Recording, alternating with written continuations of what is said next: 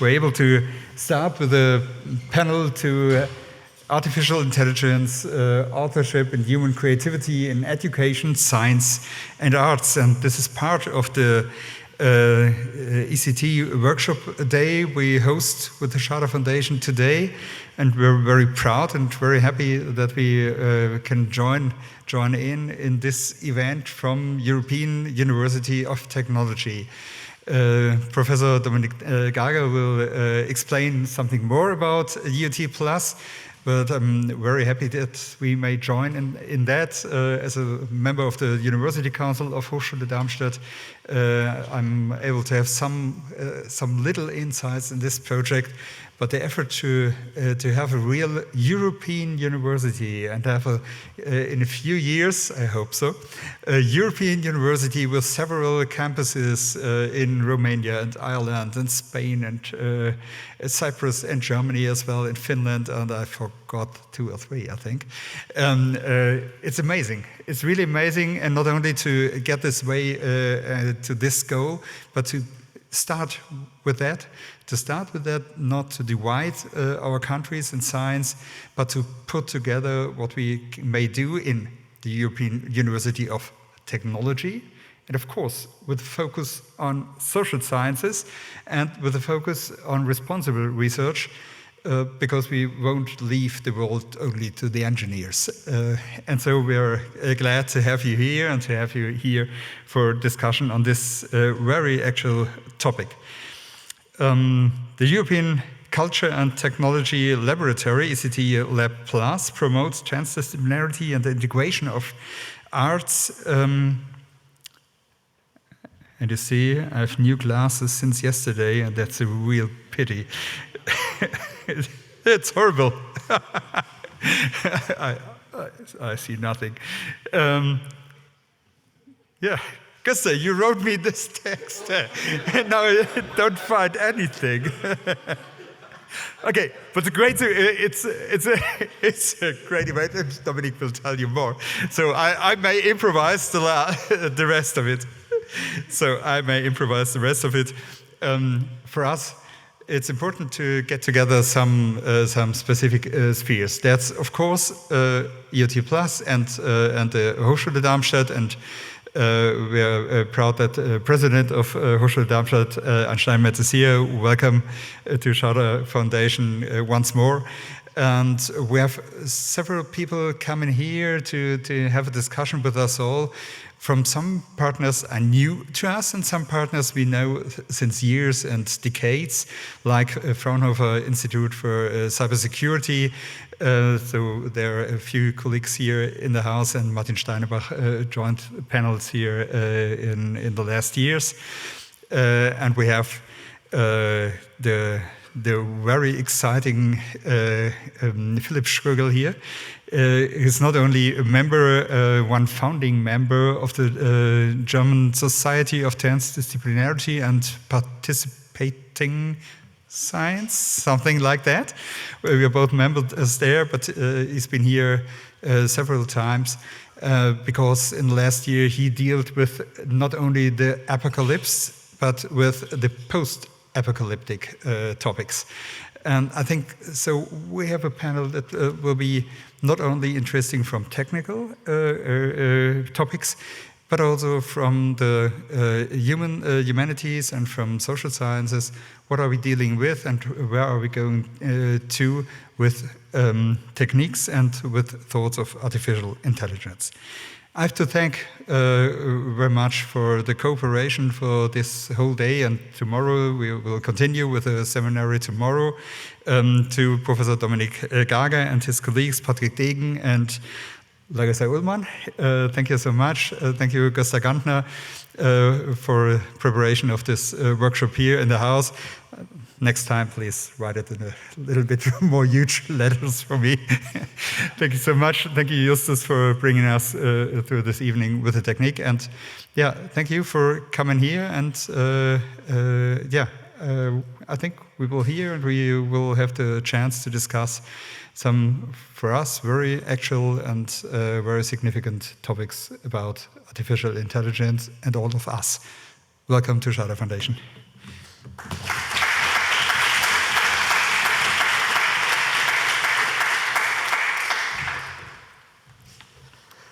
Yeah, good evening, everybody. Nice to see you all here. I know that there are a lot of competing events taking place just at this time, and I'm very happy that you are the ones who made the right decision and are joining us tonight. Thanks very much. And also, thanks a lot, Alexander and Schader Foundation for once again having the opportunity to have an event organized here, because working together with the Schader Foundation is always a pleasure, because the Schader Foundation is not just like, don't know, the organizational frame, but it's like a strong partner that helps in developing, creating ideas, bringing people together, connecting you with people you didn't have in mind. We see this on the panel today. And yeah, thank you very much for this great support. It's always a pleasure working with you. So Alexander wanted me to explain a little bit about the frame. So I'm happy that I don't have to explain the structures of the Schader Foundation. This event takes place as part of the EUT Plus Darmstadt Week, and EUT Plus is, as Alexander just said, the idea of like really building a European University of Technology, which means not just like cooperating between 9 European universities, but really merging 9 European universities into one, where then Darmstadt, as the other cities, are only one campus of this European university. So that's basically our idea.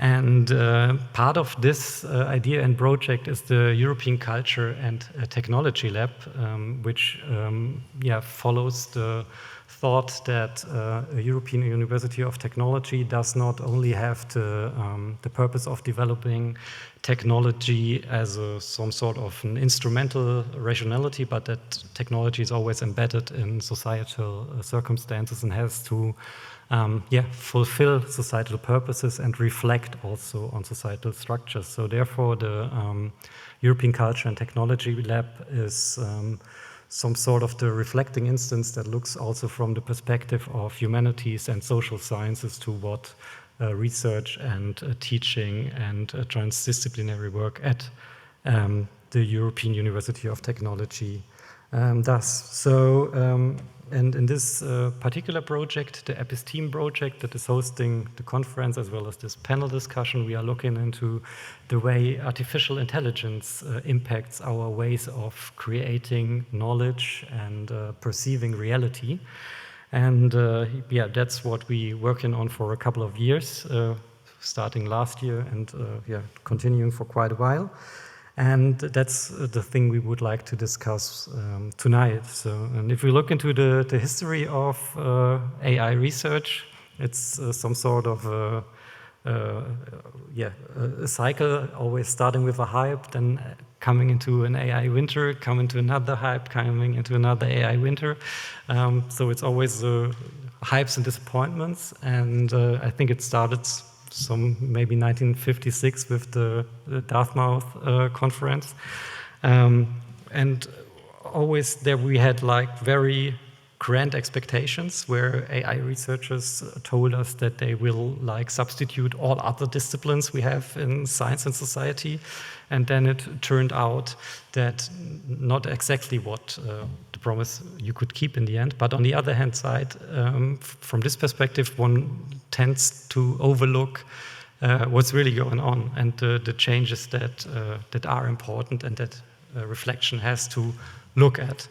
And for today, we wanted to look in one particular question, and that's how current developments in AI, maybe since 2015, and the hype, if you want, correlated, especially with large language models, how this changes our perception of authorship.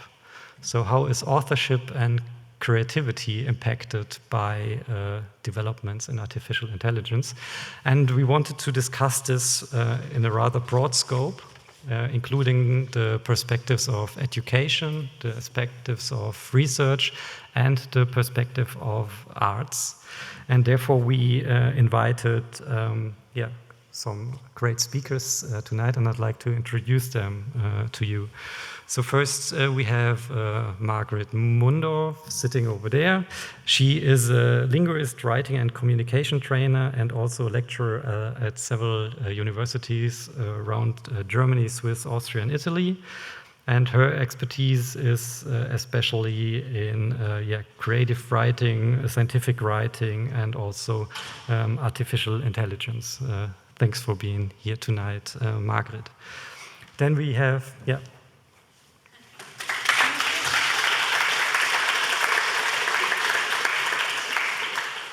Thank you, Philipp. Then we have Philipp. Philipp, it wasn't so, sir. No, okay. So Philipp is was introduced already a little bit. He is, member and a very important part of the German Society for Transdisciplinary and Participatory Research. He himself has a very broad spectrum, has studied physics and then studied public policy. And he does a lot of different things that are all more or less connected to science communication. And he will be our scientific and academic perspective tonight.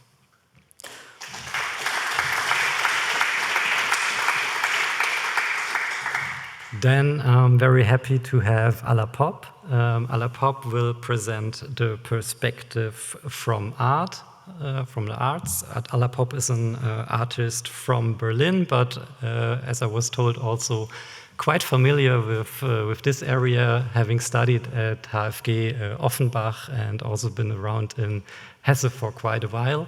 And Allapopp does works in arts that combine digital media and performance artistic endeavors, and will therefore look at from the perspective of arts to developments in artificial intelligence. And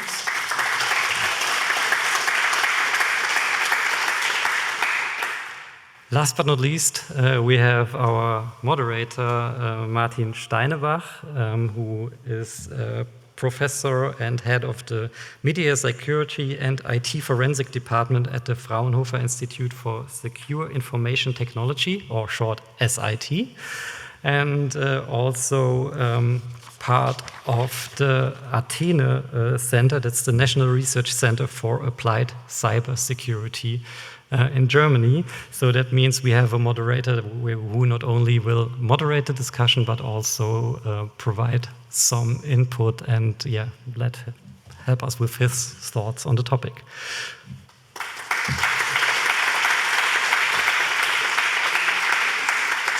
So that's it. Thanks to all of you for being here tonight, and please come, the stage is yours now.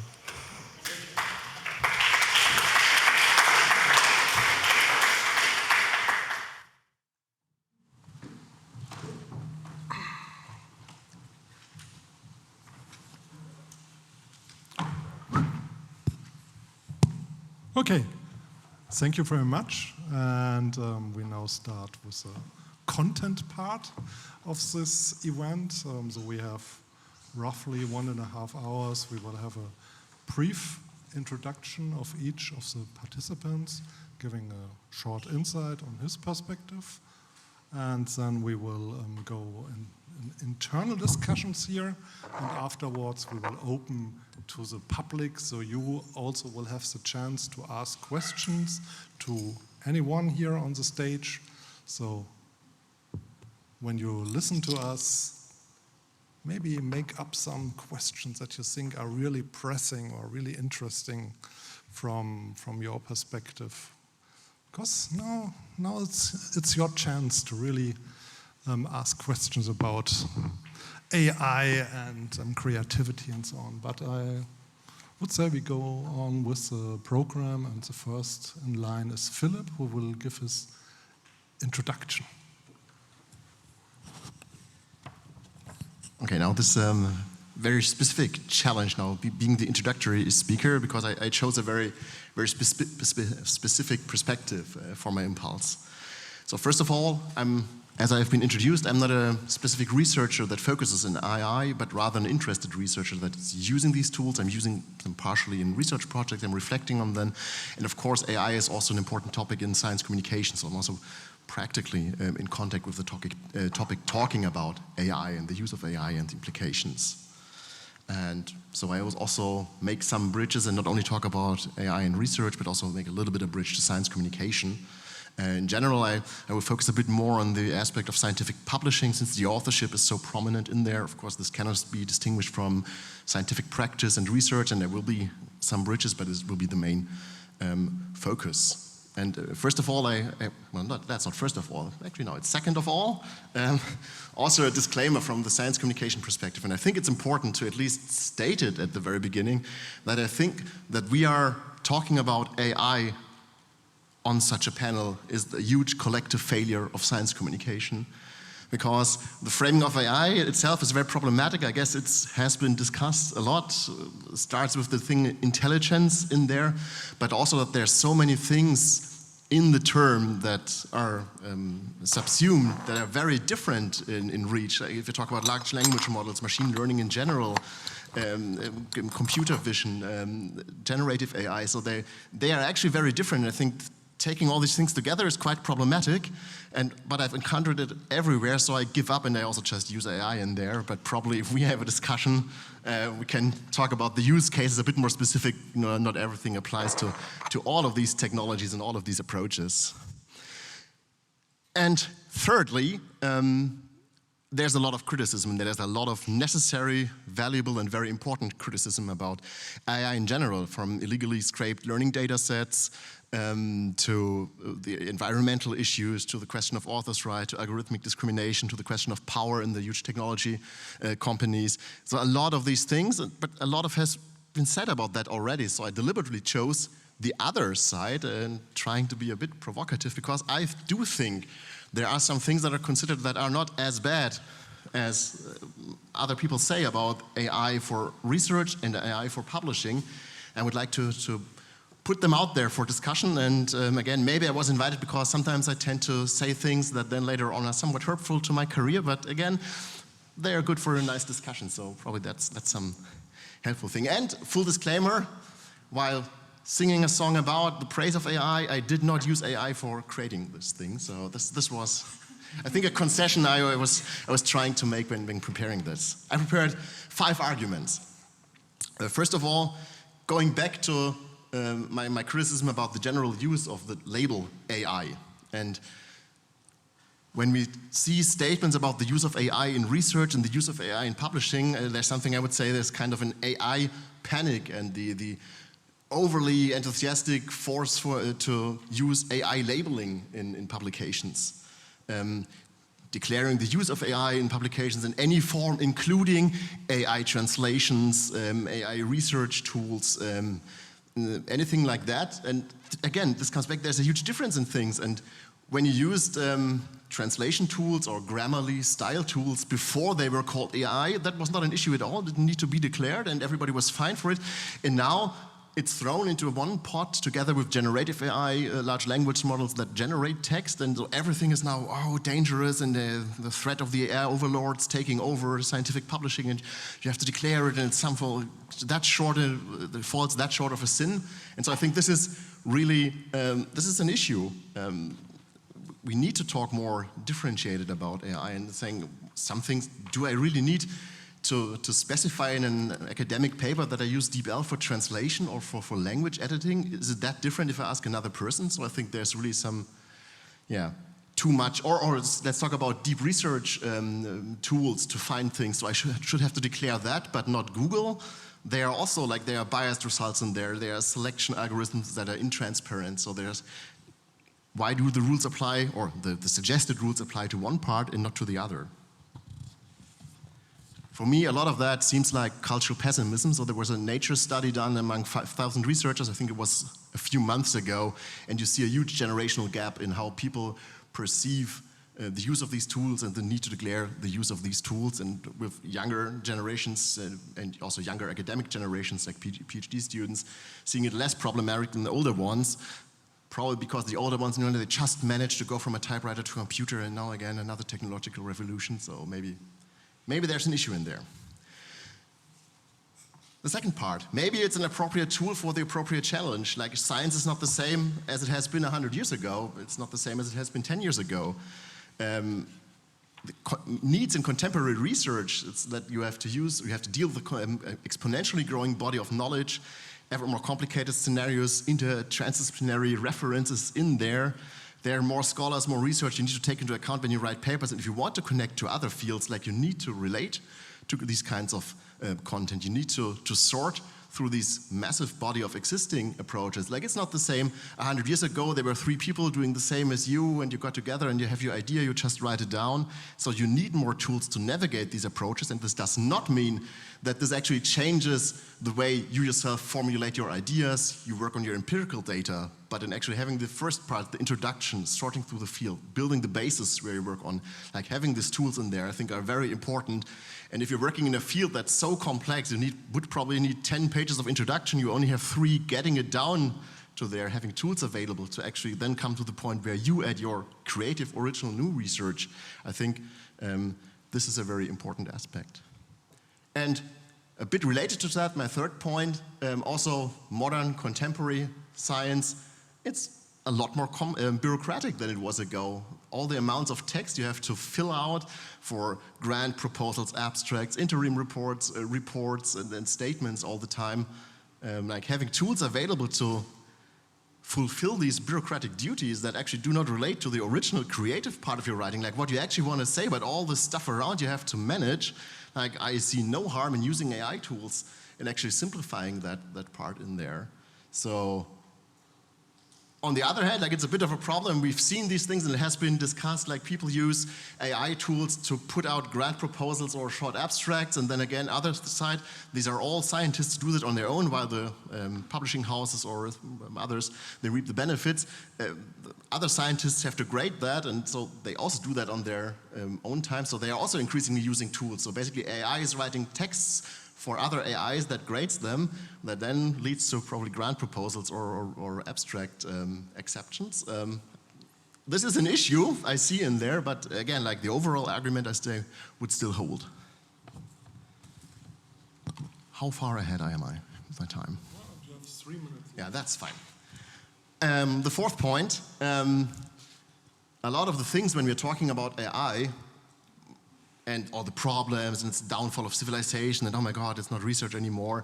Like we're not actually talking about AI, but we're talking about the problems that come to light with AI. So seeing AI tools in whatever form, again, like there's a differentiation in there, are rather a magnifying glass for existing problems. Inflated publications, paper mills, quantitative metrics that need to be gamed to be successful, chunk publications, with hollowed out editorial roles in these very questionable online journals. Like a lot of these things existed before, and of course now it's gaining a lot more traction because the problem grows, like because there's more chunk submitted and a lot of things happening, but the problem was there before. Like you need to talk about publishing structures, for example, and the roles in the publishing process. And so I think it's a bit of a diversion of talking about the actual problems when we're talking about, okay, AI is a big problem for academic publishing in that case. It can be a problem, so I'm not saying that it not is, but I think it's shifting away attention. And something, and I really hope I ever get invited back again to Schader Foundation when I'm saying the next bullet point in there. I think it's especially an issue if you're talking about publishing in social sciences and humanities, which tend to be, and a lot of the criticism, of course, is the job of these disciplines to be, if you do critical theory, it's your job to be critical, and criticizing AI tools, oh my God, I saw this proposal of an AI tool this is a very long document, should I shorten it for you? So yes, and they see it as the downfall of academic publishing to say something in less than 300 pages because that elaborate critical theory thought needs 300 pages to be properly developed, and I doubt that. Again, I'm being provocative by intention, but using these tools and actually getting on point, trying to focus aspects, like there's a value in there. And there's a value, of course, in longer developed thoughts, and there is a value in longer books, I don't say that, but I see there's a correlation there. Maybe we can talk about that. And a bit related to that, and it's the last shorter point, the benefit for science communication, and which goes beyond academic publishing. This is huge for the field, I would say. Because it's not about developing unique ideas, but creating short summaries of huge bodies of knowledge, creating accessible versions of texts, for example, that appeal to different audiences, maybe in different languages, maybe to different communities. You can adjust texts easily, or can artificially create texts that adjust to different knowledge levels. And I think having much more of this available is a huge deal for the field of science communication, and I don't see any issue.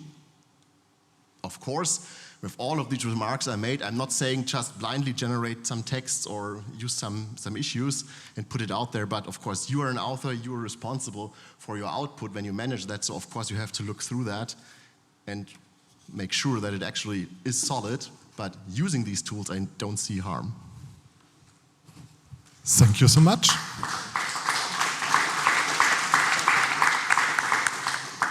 And we proceed to Margret.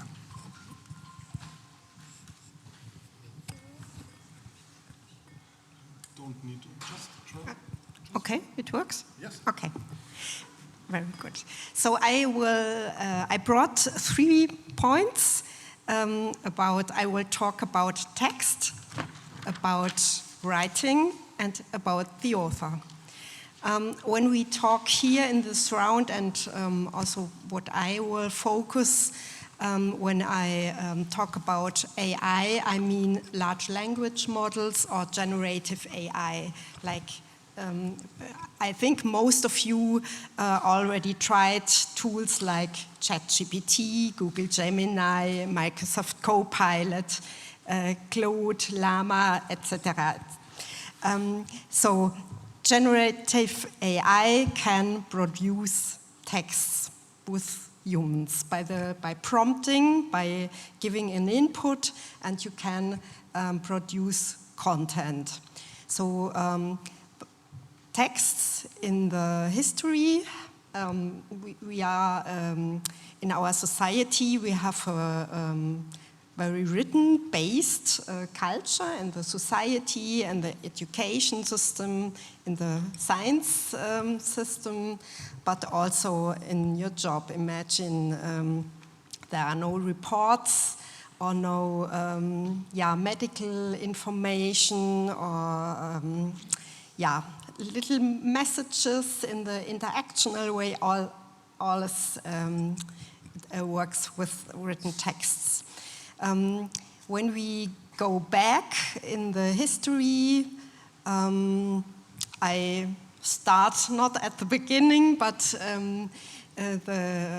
Socrates, he was very worried that humans could forget everything by written texts. How do we know? By texts, by the written tradition from his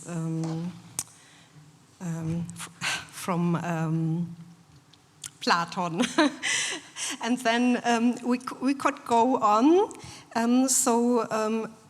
The texts and scripture. There's always a function for good and another thing we could lose maybe. So we have the function of mnemonic. We can read something and it's on the paper. It's tangible and we can forget. So it's very fine if you write to-do lists or shopping lists or whatever. So, we also have, interactional function. So, Professor Steinebach is writing little notes and gesturing, so it has a result. So it's an interactional function of writing. And we have different functions more. So, imagine you have a letter from police or from court. So you have to. It's not only paper. You have in German. You have the say Papier ist geduldig, but it's not always like this. The text, it's creating a new reality in a lot of cases. And yeah, you also have, you can, by text, you can reach out in a wider, spread your information in a wider sense. So, yeah, imagine you write by hand and you can address it at one person.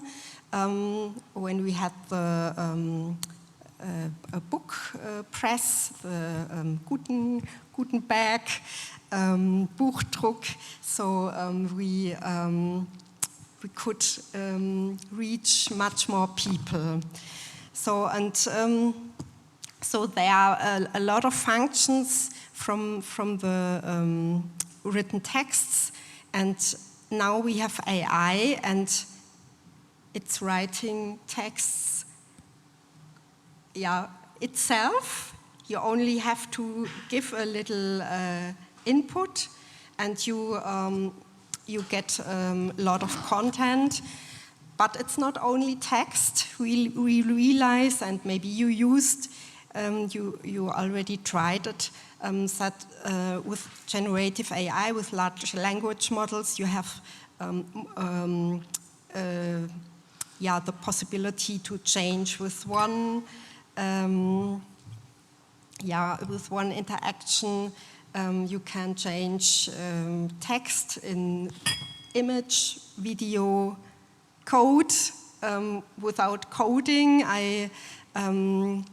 Yeah, I found that really interesting for me. What I can is yeah, can code with little effort.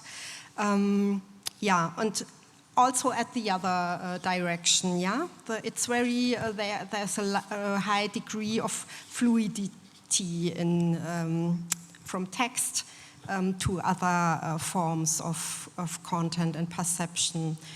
So I think written texts will not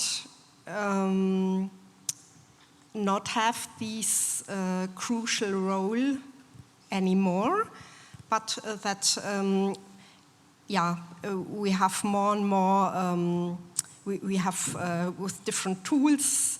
Notebook LM, it was one of the first with this podcast function, and suddenly you have in the YouTube channel a lot of scientific paper in podcast form, interactional. So it's one example how it changes very fast. Now about writing.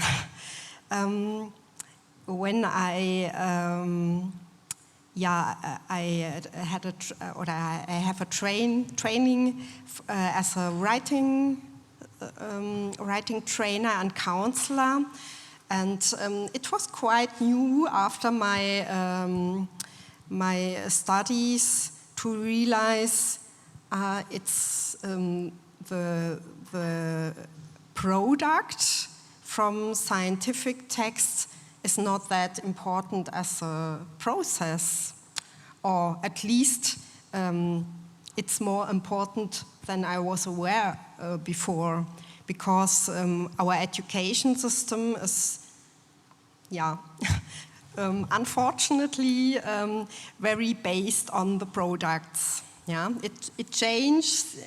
It already has changed in the last decades, but for a long while it was only the product. Yeah. So and now we realize AI. You can use a deep research function, and you have a paper, scientific work. You can go to your prof as a student. Can say, yes, my work, yeah, I did it alone, 10 pages with references, introduction, methods, whatever, references, all what a scientific work needs, And yeah, it's made in maybe 15 or 13 minutes. And it's not easy to find out, or I really found after my experiment, it's not a bad quality. Huh? Writing at the beginning of the launch of ChatGPT at the end of 2022, a lot of people used it for brainstorming. Also in the academic world, brainstorming. First thing you do, finding ideas, research topics, very inspiring.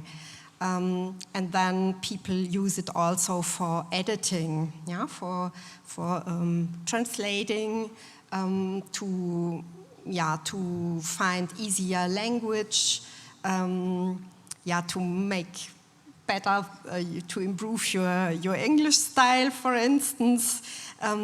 But now you can do everything. You can research, find really good references, scientific research tools also. You can collecting data, you can interpreting, analyzing data, visualize data. You can first draft, so you can do everything. And now about the author ones. One thing maybe, I think it was an illusion to think that before ChatGPT and other generative AI tools came up in this dimension, that people write only unique, only one person writes or creates content. And I think now we have AI as part of creativity, maybe like a discussion partner, a tutor. So it could be also a kind of democratization in this way. There are a lot of disadvantages, I know, but we can maybe talk later on. Yes, of course. And I think you make the perfect bridge to Allapopp, because creativity, I assume, will be a topic in your input right now. But we also had a quite interesting experiment right now, just showing the power of written words. Just showing a little bit of written words, and Margret immediately got a little bit anxious. So that's power. But joke aside, so it's your point. Yes, thank you so much for having me today. Also, I want to say that it's a really rare occasion for me to be surrounded by not artists. So I will also try to find language that transmits, bear with me. But actually, I want to start with the last academic experience I had, is when I wrote my diploma in HFG Offenbach. And you just said about, that student submitting like 10 pages and, like here, I wrote it. Actually, this is exactly what happened in my diploma work. I wrote about an intelligent machine, and it was before ChatGPT came out. And I trained because I wanted to write about AI, and then I fine-tuned GPT-Neo, a small kind of like model with those texts that I read for my diploma work. And I asked my professor, hey, so here I trained that model. Can I let it write my diploma text? And he was like, and it's really before ChatGPT came out, and he was like, did you read all these books? And I was like, yes, which is true, I did. And he was like, sure. and so that was part of my reference. I mean, of course, my technical knowledge was not, far enough to, I approached it more like an artistic experiment, yeah. Not far enough to actually make it write a cohesive something, because GPT-Neo was just like, I used Google Colabs and I just like fed some, text data in it, and it was just like doing this predictive kind of like the word by word thing. So it didn't really write a proper diploma, but it kind of like, I did submit that text, the 10 pages. And and I think this is maybe also a good bridge to, talk about what does like artistic practice is, like in terms of like how do we as artists work with AI. And I think it's important to like draw a line between two categories of AI, like of working with AI that are there today. So there's people who call themselves like AI artists today. I don't know, maybe have you heard the label AI artist? No, if you're on social media. So these are those people who also were NFT artists just like 3-4 years ago, or like 2 or 3. So there's this label, and I call these people, they do interesting work. This is like creative industry. So there's like art that is produced within the creative industry. These are people who use generative AI models, sound models, and visual models, to produce content, images, videos, like VO3 right now, running all over my social media. So like there's this, and this is not what I do. I do use generative AI models for, within my practice, sometimes now less because I actually got bored. But I use it for speed. So in my practice, there are two directions that I work with. As a digital media and performance artist, I do work with my body. And actually my journey into technology and AI started with obsession with transhumanism. About 10 years ago, with its promise of digital immortality, infinite well-being, super intelligence, and I was like, wow, power, I can do that. And so I started kind of like self-digitalizing. Back in 2014, I first created a model of my voice, like not alone. I worked with a startup, of course, like I don't have that technical knowledge, but I'm interested, so I found a startup that helped me synthesize my voice. So in 2014, I started performing with my voice, giving it a say command in terminal and kind of, like making it speak for me. So that was my first clone. And within the past 10 years, like my clones were evolving, and I would like to give a comparison to an iPhone, actually, because one of the works that I've done earlier, it was like, I'd rather be an iPhone, it's called. It was a quote by Helen Hester. She's a British researcher, feminist researcher, talking about how, artificial intelligence tools, like technology is taking over female jobs, for example, where she was like, oh, the job of a secretary actually is gone now because they're iPhones. So she was like, I'd rather be an iPhone because I need a job. And I really like this analogy with an iPhone, because this is what was happening with my body. Like I started 3D scanning my body. So there are like 3D models, photogrammetry technology, where you can like scan, like make photos, like a lot of photos of a body, and then make a 3D model out of it. Then I would take this body and put it into a computer game that I've designed. And then like within this computer game, I will control my body with an Xbox controller and let it run around, Then at some point, I started developing its brain, creating chatbots, because I was like, cool, if people will be able to talk to my clone, and so on, so on. So 10 years passed. Last year, I was in a residency with one AI startup and this crazy guy was interested in creating like a new type of social media that consists of digital twins of people. So he's like, this is going to be new Instagram. Digital twins of people, and this actually already exists like as a prototype. And so he invited a bunch of artists to make their digital twins, and I was one of them. And with his technology, I did essentially fully cloned myself. So my voice clone created with 11 labs now became like perfect. I have that perfect synthesized voice that sounds, just like me.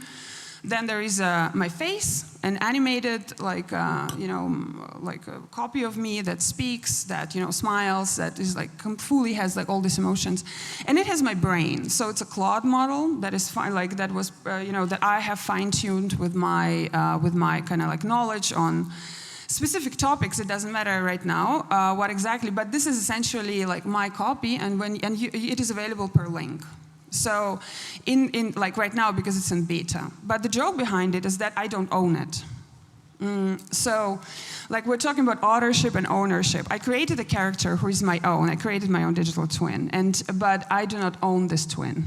And because the guy started talking to me about monetization and, you know, like how we're going to make it, I left the conversation when it got to a point of monetization because I was like, this is not what I'm interested in. And then he sort of closed the access. So now this digital twin of mine exists out there, and you know, going back to the transhumanist dream I had, you know, when I started, you know, the dream came true, and I realized that this is not a dream; it's a nightmare, actually. Because when we talk about, you know, ownership, it's a question of money, really, essentially. You know, when we talk about who owns the data, you know, etc., it's just about who's being rewarding for that, but we'll get back to that later. And I want to talk about, in my last 3 minutes, I want to talk about where I am actually at right now in this, in my artistic research, a different strength that I started about 2 years ago, where I started, you know, looking at my roots, because I come from Russia, but not just from Russia. I come from Tatarstan in Russia, which is like its own independent republic that actually just never made it out of Soviet Union when the Soviet Union was collapsing, as Kazakhstan did, and so on. So, like, Tatarstan has its own history of independence and suppression of Russia, Russian culture, like Russification, like language oppression of language, cultural oppression, and so on. So Tatars we have our own language. We have our own, you know, like more like Eastern, not Eastern to this, Eastern to like Arabic kind of like direction, kind of like Tatar language used to be written in like you know, Arabic kind of script and stuff. So I was looking at that, and I was like, so when I'm looking at technology today, and you know what, like I see none of my Tatar culture in that. And it started with ChatGPT when I first was like, oh, like 2 years ago, I was like, oh, ChatGPT doesn't speak any Tatar. Then it started to speak Tatar, so that was, you know, sort of fixed. But the point is, that made me think of, you know, and I think, Philipp, this is where it like really links to your work, like where do ideas on technology kind of like, you know, come? If I'm not getting your work wrong, but like, how do we ideologize technology? And then I ask myself, so, and when I'm talking about technology, I do talk about AI as well, or like specifically about AI these days, because to me, AI is like, you know, it's like this culmination of, you know, all the technologies that have been, you know, ongoingly created within the past 100+ years. There are probably people who are much more, you know, knowledgeable about the exact timeline, but, you know, this is like, it's nothing, like, I don't think that it's really anything specifically so new, you know, from my artistic perspective. It's just much more fast and much more strong, that's it. So, and I was like, so why, like, and how did it come about that these technologies, you know, are here? And I looked at, you know, science fiction and the history, you know, like how you know, how did iPhone, how did internet, how did a space submarine, you know, come about into our reality? Is that because there were people who learned stories about, you know, who read science fiction, who watched some movies, who watched Star Trek, like, you know, all these things, who were like, okay, amazing, I want to live in that reality. And so this is a reality we're sort of living in right now. And then I was like, why there is no, you know, like in technological science fiction that is rooted in my culture? So why there is no science fiction, Tatar science fiction, right? So like, I mean, it doesn't have to be. It's just a question why. And but yeah, it's hard to answer. And then also, like, if I would decide to now start creating a technology, then, you know, what would that be? And maybe I will just, you know, tell a few more sentences about it later when, you know, it makes sense. But one example that I did right now, I trained a model that is called, not trained, I fine-tuned an audio model that's called like virtual Tatar choir, when I'm bringing in, you know, Tatar ancestors to sort of sing along with me during my performances. And this is like one of the practices that's happening to me right now. Thank you. Thank you so much.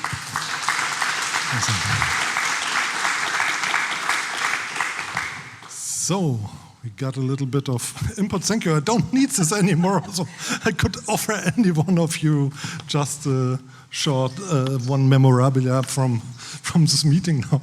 So, maybe we start a little bit on the discussion, and think one thing when I heard your presentation was it's a little bit creepy or fringe, but I remembered an interview with the studio engineers of Dieter Bohlen of Modern Talking fame. Yeah, so I guess most of you will know Modern Talking, and it's totally generic Italo-pop copy stuff that they did. And those engineers, they said, okay, so Dieter never really made this music. He came to the studio and just told his engineers, make a beat and then make a hum, hum, hum, hum, hum melody and put a bass line in it, and I come back 2 days later and then somebody will sing the lyrics and that's it. And the lyrics are also very generic. So isn't this quite similar to, so wouldn't this be the same when Dieter today uses Udio or whatever to just say, okay, do me an Italo-pop with these lyrics, and so is there a difference? No. I don't think that there's really, I mean, of course you can talk about, there's some type of a human emotion or like a different kind of like mistake that can happen within the studio process of the people who are producing this. But like within, if you're talking about the authorship of Dieter Bohlen, this is how you say this name, right? Like, it's just, it's the same as asking, like, did Gary Richter draw his own images? He doesn't, right? He lets people paint it. So it's essentially within the creative production. It's never been like, especially when you're becoming a bigger type of kind of artist. It's not your own production. And but then we live in the realm of like a hero narrative of a genius artist. And I think this is a problem of how we perceive AI today as well, right? So maybe I will pass on. Because I just pass on to you, because you said that AI or ChatGPT writes text, and I really don't know if it writes text or if it remembers text, because basically it's a statistical process. So it's really the question, could it write something that hasn't been written in a similar manner, or do you think it's just a mashup of texts that already exist? And do we need to differ between those two? So when we talk about authorship, I think in German we have different terms also in the scientific or educational context. So who is author? Is it the person, the one who is mentioned as Urheber in the copyright law, who produces a work, a protected work, and has a intellectual property. Could be also an artist in the same way.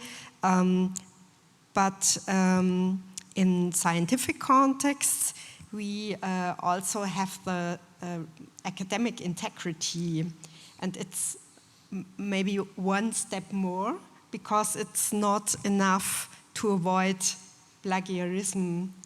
And when you use generative AI for academic research, you have maybe you cite other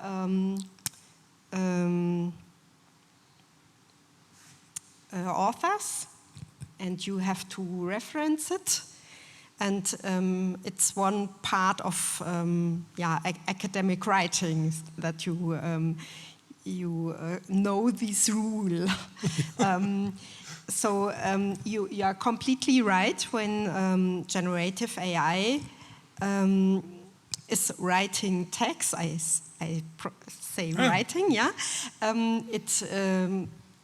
It uses its training data, sure. Okay. Now we have other tools who can correctly cite the sources. In the beginning, we had more the problem of ChatGPTs hallucinating, inventing sources. So that you had links and you wanted to prove the links, but there were, page not found. Now we have a lot of AI browsing tools. But there was a study a few weeks or months ago. They examined these research tools, and they found out that there were 60% of hallucination too. So not a correct citing, but also partially true, partially false. So But in the academic sense, it's it's not really a plagiarism problem. It's you could say it's it's a new combination from known information, data, image, video, whatever, language.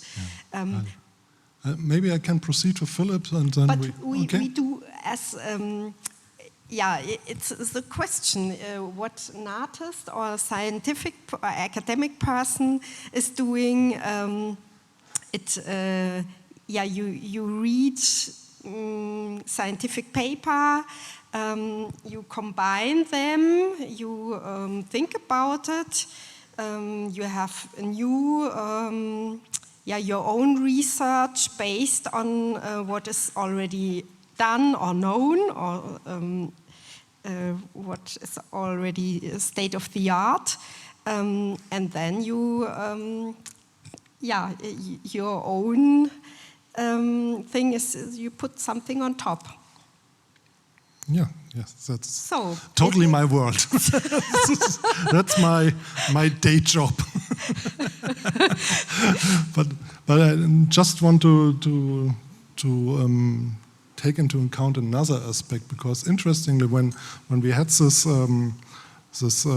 talks, I had the feeling that we somehow had a ramp that started with you and then ended at Allapopp, and you started with a role as a tool in working with text. So you mentioned something like you summarize content and you help with working with text, and then you started with writing text, and then we came to the point of really supporting creativity and interacting with that. And do you think this is your perspective, your scientific or educational or professional environment, that you rather see it as a tool supporting writing, or?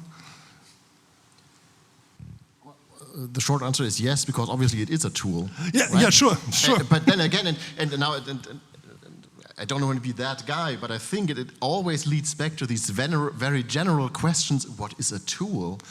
And you can have a discussion about them. This is actually, and then again, it's leading back to the very relevance of humanities and social sciences, like bringing back these discussions, what actually is a tool or a technology. In Germany, you have this Technologie. So really thinking about it and what this means. And the example you explained, or you answered and you asked, like, what is actually creativity in music? And this leads back to the old, not ancient, discussion about arts for consumption and arts for expression. Like this debate has been there for ages. And the same is here, your question you answered, the question, what is writing? What is creativity? How do people learn? It's a lot about repeating behaviors and patterns, and then, as you summed it up, building on top of that. So it leads back to very fundamental questions in psychology, sociology, philosophy.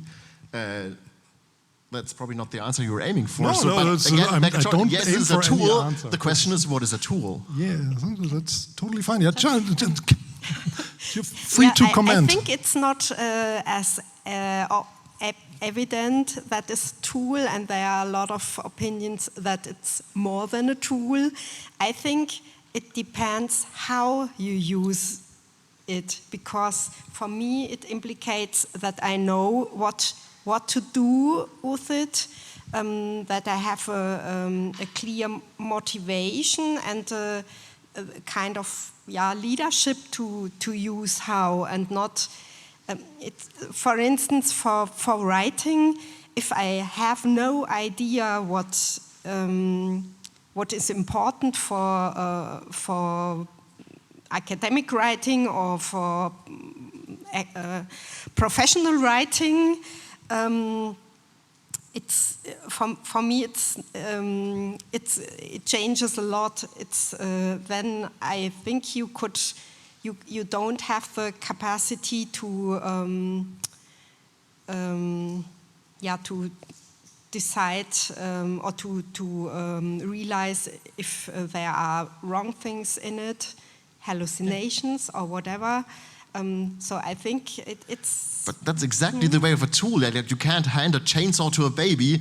Like it's a powerful tool, but you need to know how to use it. Yeah. And it's the same like with this whole hallucination, blah, blah, blah. Like if you use the right tool, like a deep research AI tool, then of course you get different results and not hallucinated things. So really, but again, like it's just the tool, the question, the right tool for the right job, and you need to know how to use it, what the limitations of a tool are. Like you cannot carve okay, I don't know, you can carve a lot of things with a chainsaw, but you get the idea. Okay. You also reacted. So. Yeah. I have a question actually, because I realized I don't know, because we talk a lot about ChatGPT right now, right? So and within a scientific community, I understand this is you work with text, so you need that space. So I think when I think about generative AI tools that I work with, let's say visual and sound, I will my biggest concern within the the kind of authorship discussion is who owns the money, who earns who makes the money with that, because all this big data sets they have been works of someone, and also my works are part of that, and so on, like sound works, the visual works. Are you concerned with that? Are you concerned with the fact that do you use paid ChatGPT? Is my question. And are you concerned with the questions of ownership in that regard? Does it even matter to you? That's my question. For me, I can say I use a lot of tools. I also use ChatGPT, but I also use open weight tools. And I find it important to know also differences, and for me it's kind of also to realize that LLM is not LLM. There are a lot of differences. We saw it in January with the DeepSeek model, the Chinese model. When I know they were in social media, there were a lot of videos what happened at the Tiananmen Square, and there was produced an answer and suddenly deleted. So that was a decision of the coding. And so what happens at this moment, you can see that the reaction behavior of the models have changed also in the last years. And we are really, as users, we are, as an interaction partner, if you want, you are part of it. And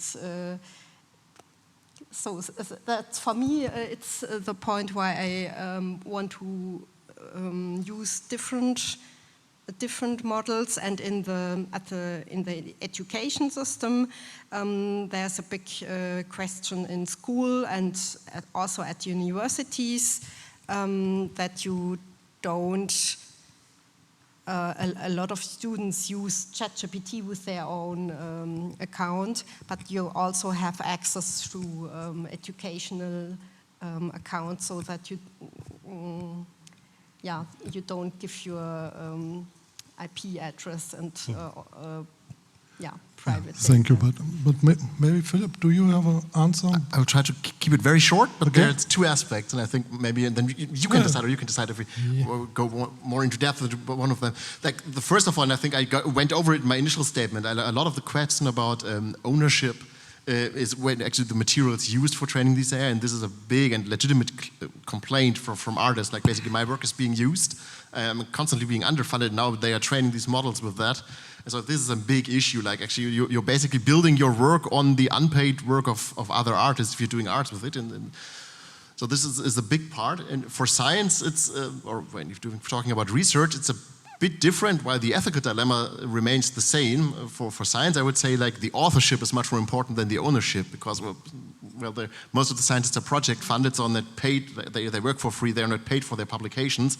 So it's a different problem and a different challenge for that. And so then there's more the question when it's out there with my name on it, like I don't really know if someone else really wants to reuse this work, or it's like, because anyway I want it to be out there and shared. So yeah, and so as I'm also in research and also have this problem, so first answer, Fraunhofer has its own ChatGPT clone, so we don't have to use paid ChatGPT, we have our own Fraunhofer Genie or something like that. And well, I'm used to not really owning my content, because when you do scientific publications, you usually transfer your ownership to some well, publisher, so it's never really mine, so it's quite rare. Or if it's mine, or if I keep it for myself, it's not really a highly regarded publication. Yeah, so that's really a problem when you really want to go top researcher, and you need to give your ownership away to top publishers. But not the authorship.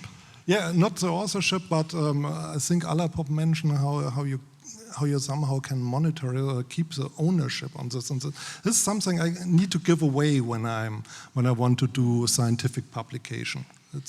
I mean, yes, I think this is really brilliant, like with this authorship and ownership, really, and like the differentiation between this really made sense to me. I think, like within the arts, it's not that you produce your work as an underpaid artist, and then they build the models on you, and then what to do. It's more that then there are corporations that are making money with that, and then that you are not, as you continuously. I mean, I sense that a lot of people do not really know that artists are precarious, so we really do not earn a lot.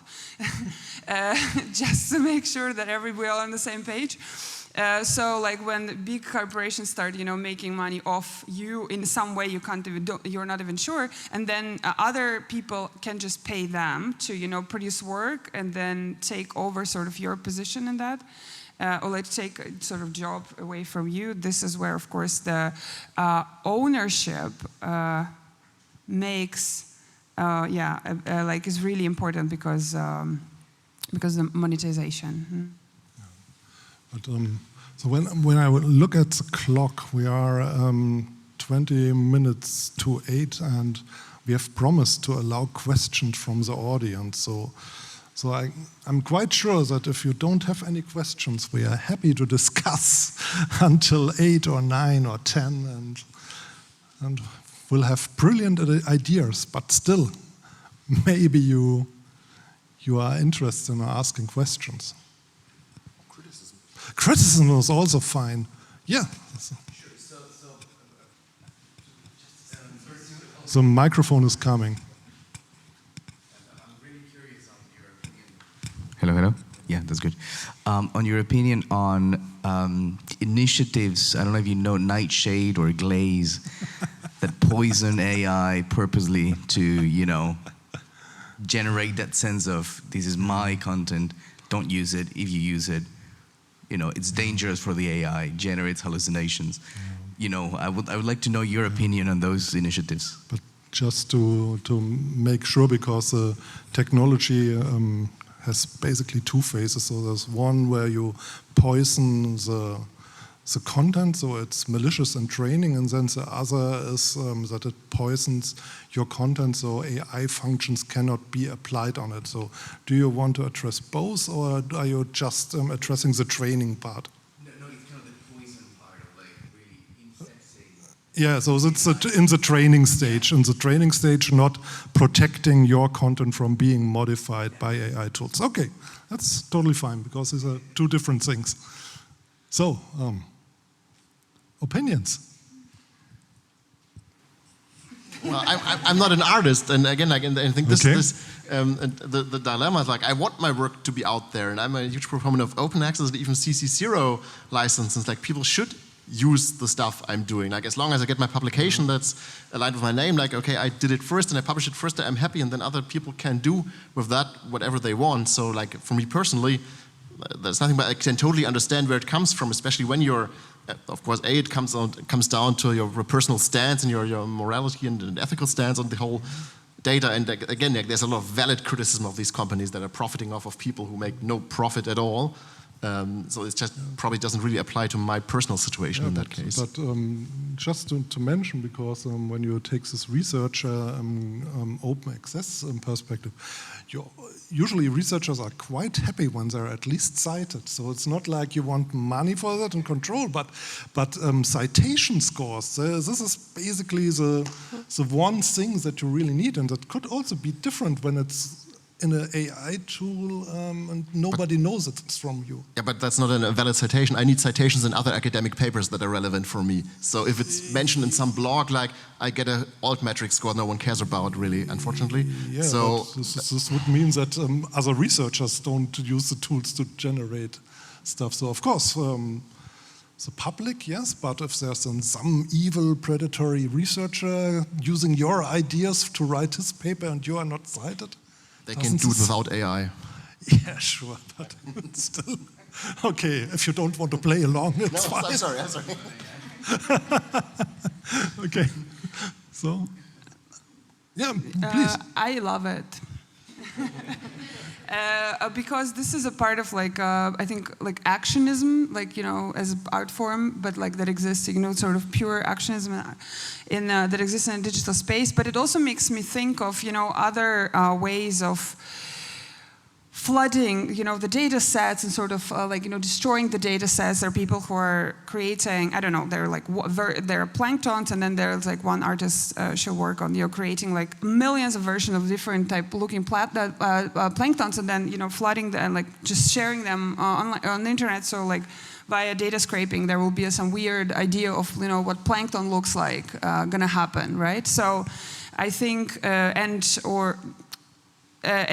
like subverting the kind of the processes that are happening is like interesting from an artistic perspective.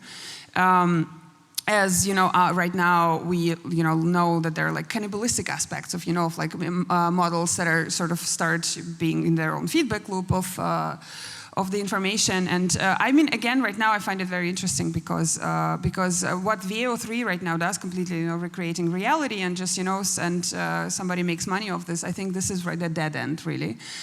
So yeah, I think this is great. People should continue doing that. Also, input? Was Yeah, I have 2 points maybe. I think we can't already now we can't really distinguish between what is published with human creativity. I thought, why is it human creativity and not hybrid creativity in the title? Because I think we already now we can't really distinguish between content human-made and human AI collaborated in that way. I know in September last year there were a project, WordTrack, and they examined the change of the language use over the time, and they cutted the project because they said it's not possible anymore to it doesn't make sense because you have this fact of flooding AI content. I think we are already at this point that it's really a mixture between human and AI products. And maybe for the education part, there is always the goal to have critical thinking, but I think how can we really have this skill when we don't really can decide what source we have. So it's it's a part of your answer of your question your question. Maybe an engineering question. So I'm quite skeptical that these tools will really work. Or so it's basically a cycle, and what we see here is a sort of adversarial attack, and there are a lot of defenses that work against it. And I'm a little bit afraid that when you really go deep down into this protection schemes, you will end up needing so much distortion on your content that you really lose quality. And that could be an interesting point in publishing artworks, because then you really say, okay, I don't want to give it to the public, or I'm afraid it's misused, and therefore I willingly degrade the quality so much that maybe the public will respond negatively on the stuff, because it will not be able to distinguish between you're doing sloppy editing or mixing, or you're using a protection scheme that somehow tries to circumvent misuse of your data in training. So it's a challenge. Yeah. Hey, so many questions right now. So we have to speed up your response rounds. So thank you very much for a really interesting discussion. And as I was listening, I was hearing things like, you had a digital twin, and then that we don't know the difference between human and, at this stage, human and AI generated. And I'm just thinking to myself, like, can you really still say, and just from your opinion, that AI as technology is a tool and it's neither good nor bad? Like, do we have to think, or make an opinion that it's good or bad and it's not neutral? You can't really say it's neutral when you have a digital twin, or when there's such a blurring of boundaries between what's human generated and what's generated by AI. So should we think good or bad or form an opinion? Thank you so much. And I just would ask you now to maybe try to answer in those 3 sentences or something like that. So not or 1 minute, 1 minute max response, so that we can answer all the questions in the audience. Okay. Yes. Perfect. Okay, 1 sentence. Yes, indeed. I was saying it is a tool, but tools can be good or bad. There can be torture tools, or there's a huge spectrum. So definitely, this is an important distinction to be made. Like, it's not to be. Technological neutrality is a myth. So you have 1 minute, so I gave to you a little bit of more time. It's like I do look as an artist at technology, trying to understand whose perspective is encoded into its design. So there's this entire movement that is called design justice, and the great book by Sasha Kosasa-Shock, who invites us into the world of understanding that. Technology does not come by itself. It's the stories that we tell about it, and this is the way we sit down, ideologize, design, implement, test, decide for whom it works, like for whom it is, meant, for whom not, who do we forget on the way, and stuff. So I really think that it's a very good question, and we should never forget that there is no neutrality in that. And okay. Yeah, I think to answer, it needs much more training for that we can train people to use it as a tool, but in a sense of really use it in a critical way, in the sense of be aware of this topic. I think that's the most important, to have this awareness.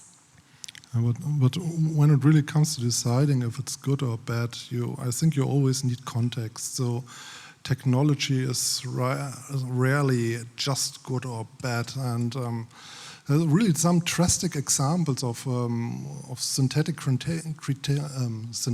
creation of child porn, for example. So most people would say, okay, this is really a problem. And it's one of the worst things you can do with Gen AI, that you generate misuse images of children. But then some clinical psychologists say, no, this is perfect. This is the only way you can offer people that have sexual fantasies with children somehow some material that they can fantasize on without actually harming children. So there's, and of course for me it's hard to decide whether it's right or wrong, but at least I need to accept that there are some people that are experts in that domain, and they claim this is a perfect opportunity to somehow help ill persons. Yeah, and so I really came to a lot of examples that are similar to that. So for me, it's really hard to decide whether something is good or bad anymore, because it's always context for me.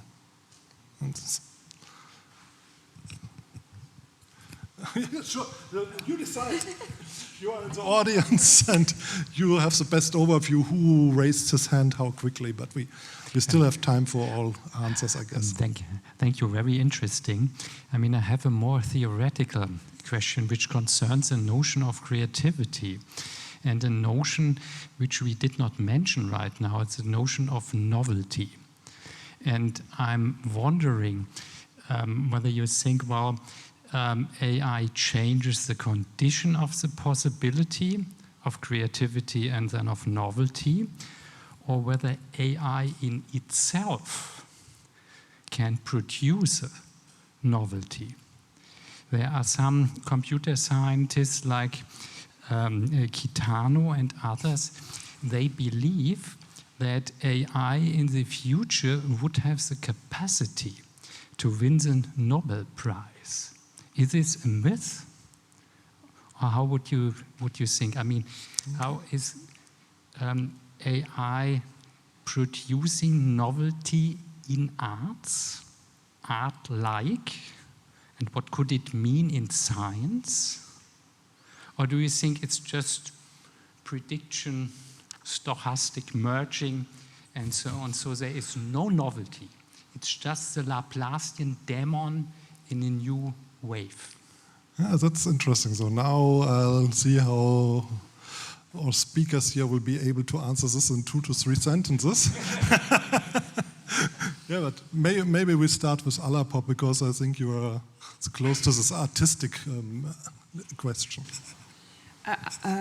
So I think that its answer is like yes, but, and no, but. So, and the but is, I don't think that the generative AI tools that we have today have anything to do with novelty, because there is no, in this, how they are, right? Because it just sort of reshuffles and reproduces the content that's already been given to it. So no, there is no novelty. I think novelty can arise in a sense, as we would think of my digital twin, is as of a content that a tool will produce that I will look at and interpret in a certain way that will bring me maybe to a point of having new thoughts. And so I think there a novelty can be, and that's why we're engaging with these tools, finding it interesting, to look at its glitches, to look where it's not working, and to look where it's perfectly working, and sort of getting an inspiration in translation. Forgot last thought, so. That's totally fine. Any other response from the audience, from the speakers? Because you don't have to, so if you... Okay, again, very short, and I'm not very familiar with novelty theory, so please correct me if I get things wrong. I would say there are at least 2 aspects. The one thing, I would naively call it combinatoric novelty, because a lot of the things we're doing already have been done just slightly different, or you just combine 2 things and then it's novel, but it's not completely never been there before, but probably not in that combination. So a lot of innovations happen in that way, so slight improvements, or you just can combine a new material, or where there's this new technology and I use it now also for that in an art. So this is so that's one aspect of novelty, and I think this is always there. And these are also stochastic processes, probably even random processes. And then the other thing is like something unforeseen, and then I would say that's probably more than in the domain of religion. And then I say I believe that's not possible, but I don't have any expertise. Yeah, but I would argue in the same direction, and I would also say, okay, winning a Nobel Prize, this is something that I really agree that could be achieved by AI, because I guess when you take all the knowledge that is there and then have some transfer function that you can apply all the knowledge from chemistry and mathematics and so on, and then apply it to a challenge that hasn't been solved or achieved by humans so far. This is something that AI may be able to do, because it doesn't require a huge jump with respect to there's some knowledge or some concept that has never been there. It's just aggregating and applying all these concepts, and this is something that AI could be perfectly able to. I think when you think about different AI agents who can work together, I could imagine that there can be capacities more than only backwards. I mean, what is innovation? It's it's also a recombination in another context or in another time, and suddenly you have new inventions. It's just fitting to the question before, but it's more practical because I'm a documentary filmmaker, and I want to ask you as a panel, is a case imaginable that AI created educational stuff or a piece of art, music, images, film, can reclaim copyright on this created material which comes out of the machine? Because there is some problems in the music industry that the models, there is AI created music, and this AI created music goes as input, as learning material to the models, and the models get worse because it's a circle. But my important question is, what about the copyright, the authorship of AI? Thank you. Any opinions on that? Of course. Of course. Then state him. I think that the question is how to copyright, or like whether an artist owns it? Yeah, material that's created by the machine. Is there any copyright? Can the machine or the author of the program reclaim copyright on this output of the machine? I don't think that there is a legal, correct me if I'm wrong, like legal, like binding to any of this. I think it's a total gray zone. So basically you can do whatever you feel like, and quote or not quote, nobody will judge you. But it's a question of kind of like moral, I think to me, like ethical kind of approach towards all the other artists, and that we're feeding into the machine. And what I do is if I've used a model, I do say like which tool that was, and if I fine-tuned a model to fed into that model my own small data set of images, I will try to create a data set, like a Excel document where actually each data point is credited if this is not my own. So I think that like the question of copywriting is just become much bigger. Yeah, and maybe you also can see it in a historical perspective. It will come a time when this is decided, but right now it's too new. So just when we look back 30 years when sampling was invented, from the mid of the 80s until mid of the 90s, this was something like people just did. And then at some point, people started to claim copyright, and then it became quite complex. And today, well regulated. So today, it's not an issue anymore, and you have specialists on copyright claiming of sampling. But I guess it's something that will take some years until the law somehow follows up to the technical opportunities that we have right now. Probably in summarizing both of these parts, I guess you perfectly described, like all the outputs, all the companies, they have lengthy texts basically stating like, we cannot really say what the right on that is, do whatever you want, but we cannot sue us. So that's a big gray zone. And the actual hard sampling, and I would just say, remember the Kraftwerk-Urteil, the ruling. So the various, and it comes down if someone is suing, like if there's a Justitiame, a legally defined problem, like a certain track, and then they have these lengths that are defined in sampling ruling. Then it's something you can sue on, but then a certain way of how you use your camera or things, they are currently not protected by copyright, so they cannot really be. Or if you try to mimic the style of someone, that's not something that's copyrighted. Probably it's frowned upon in the culture industry, and people say, hey, whatever, you're just copying this and that's art, it's style, but it's not illegal. So I guess, yeah, that's that. Yeah, AI itself has no or cannot be the author, but the big players, the tech concerns, they put the material. Yeah. So we are a little bit over time. I just need to be sure that we don't keep the cleaning crew from scrubbing the room or something like that. So we can proceed a little bit, yeah? Yeah, 2 or 3 questions. Okay. 2 questions. Okay,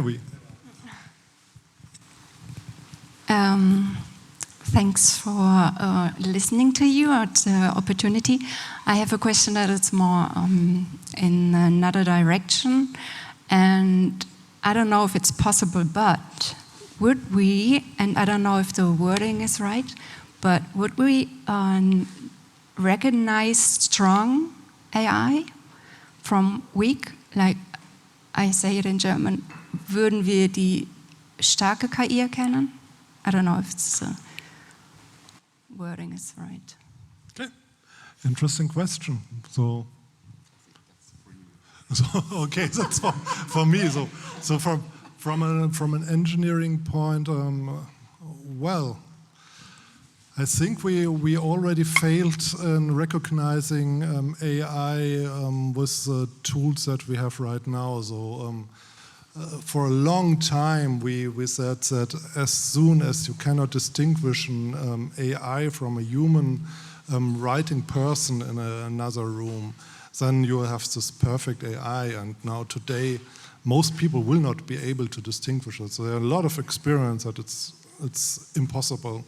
And we had at the beginning we had something like it's a teenage level intelligence, but now I think we also can simulate adults. And so when it really comes to this strong AI with creativity and emotional understanding and so on, yeah, so I would say the only way to do to recognize this is would develop tests that actually are able to distinguish true emotion and true creativity, for example, from remembered stuff. And I think this is a question that psychology or behavioralists need to be answering, because I personally have no idea if humans really do something creative or new, or if they just remember, and some are very skilled in remembering and assembling and so on. So no idea. So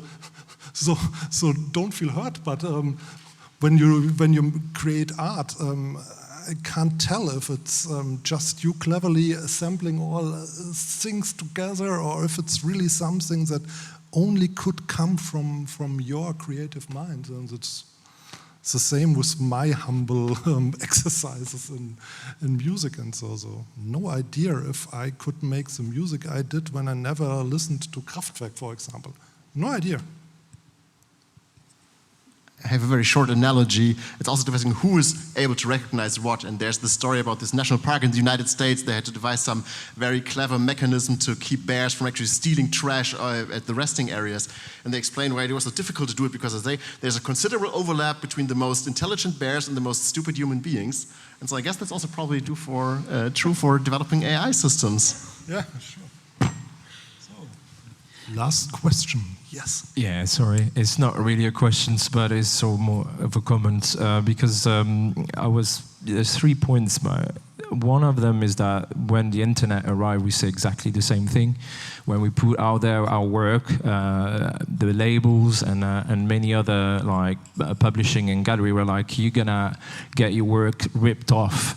And then for years, other artists were ripping off the other artist, and it's a process that comes also from a long line of thinking about printing. When printing arrived, we were also asking these questions, and we are asking this question again about the authorship. I remember a label asking me, if you say, because I use free open license, and I will come back to the code of the AI too.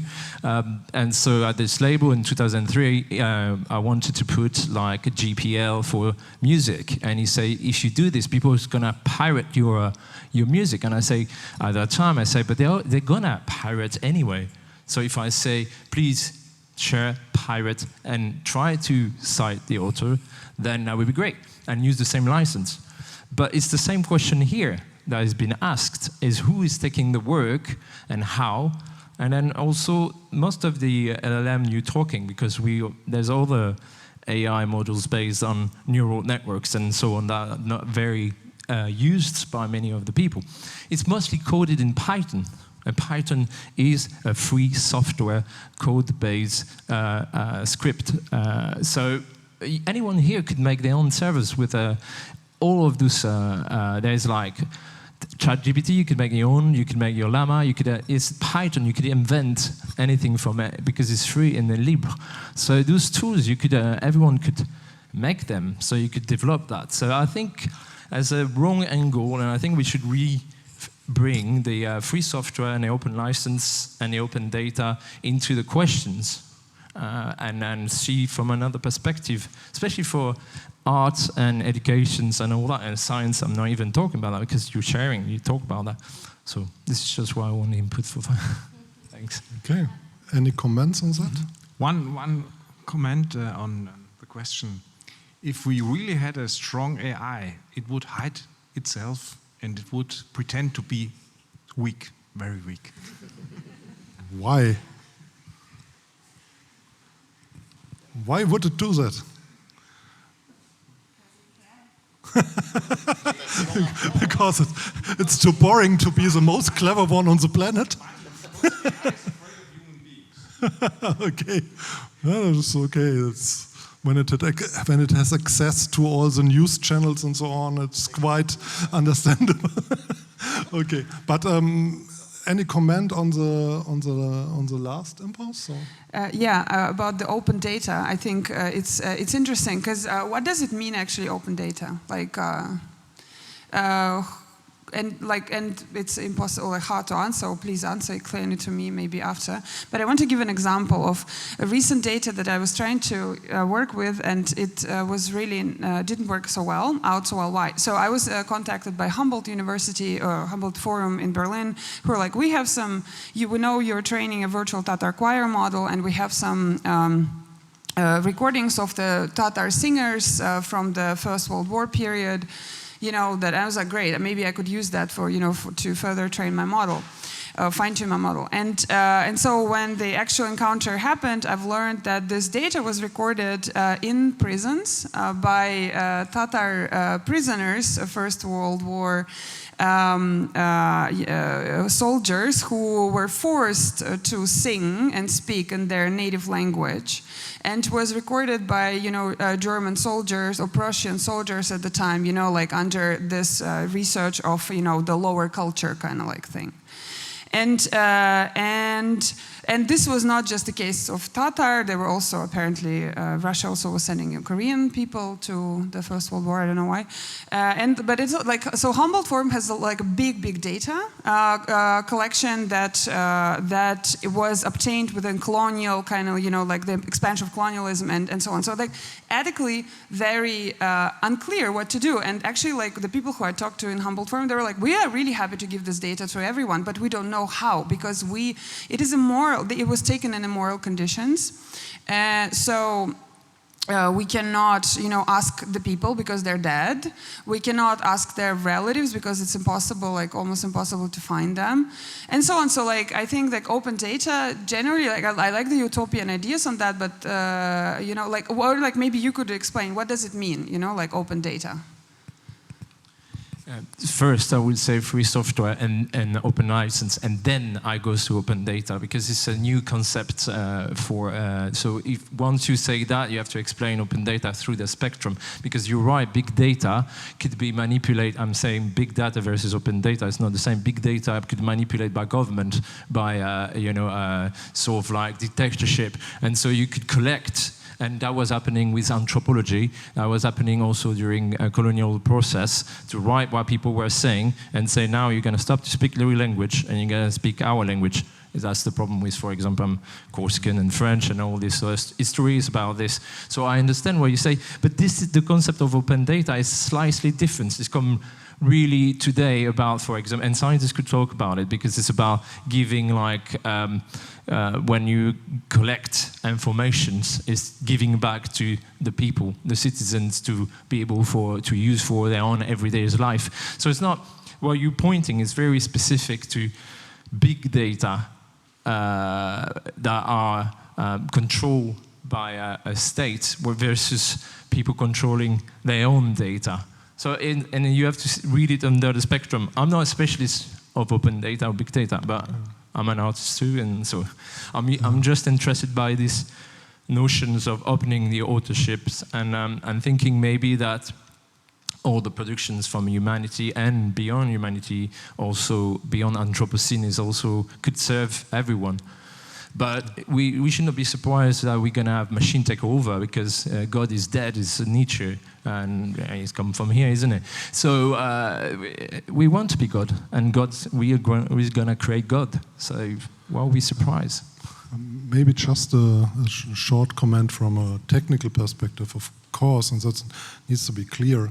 In AI, things shifted, so the source code is not the important thing anymore. So you need the data to really do this magic stuff of AI. So the source code is usually the least important thing in this chain. So how the data is processed, but ownership or access to this data and practical access, not theoretically expressed. So of course everyone can Google anything or a lot of stuff, but being able to really downloading trillions of data sets that are necessary for training stuff, and then also having the resources for really training a foundation model, which costs 10 million plus in resources for really doing so. This is maybe the difference between open access or open source codes that you had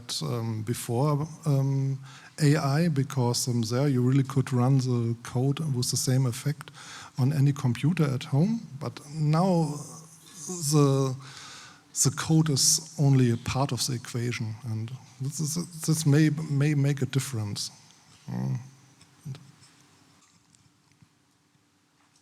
Okay, so I guess the landlord is telling us the party is over.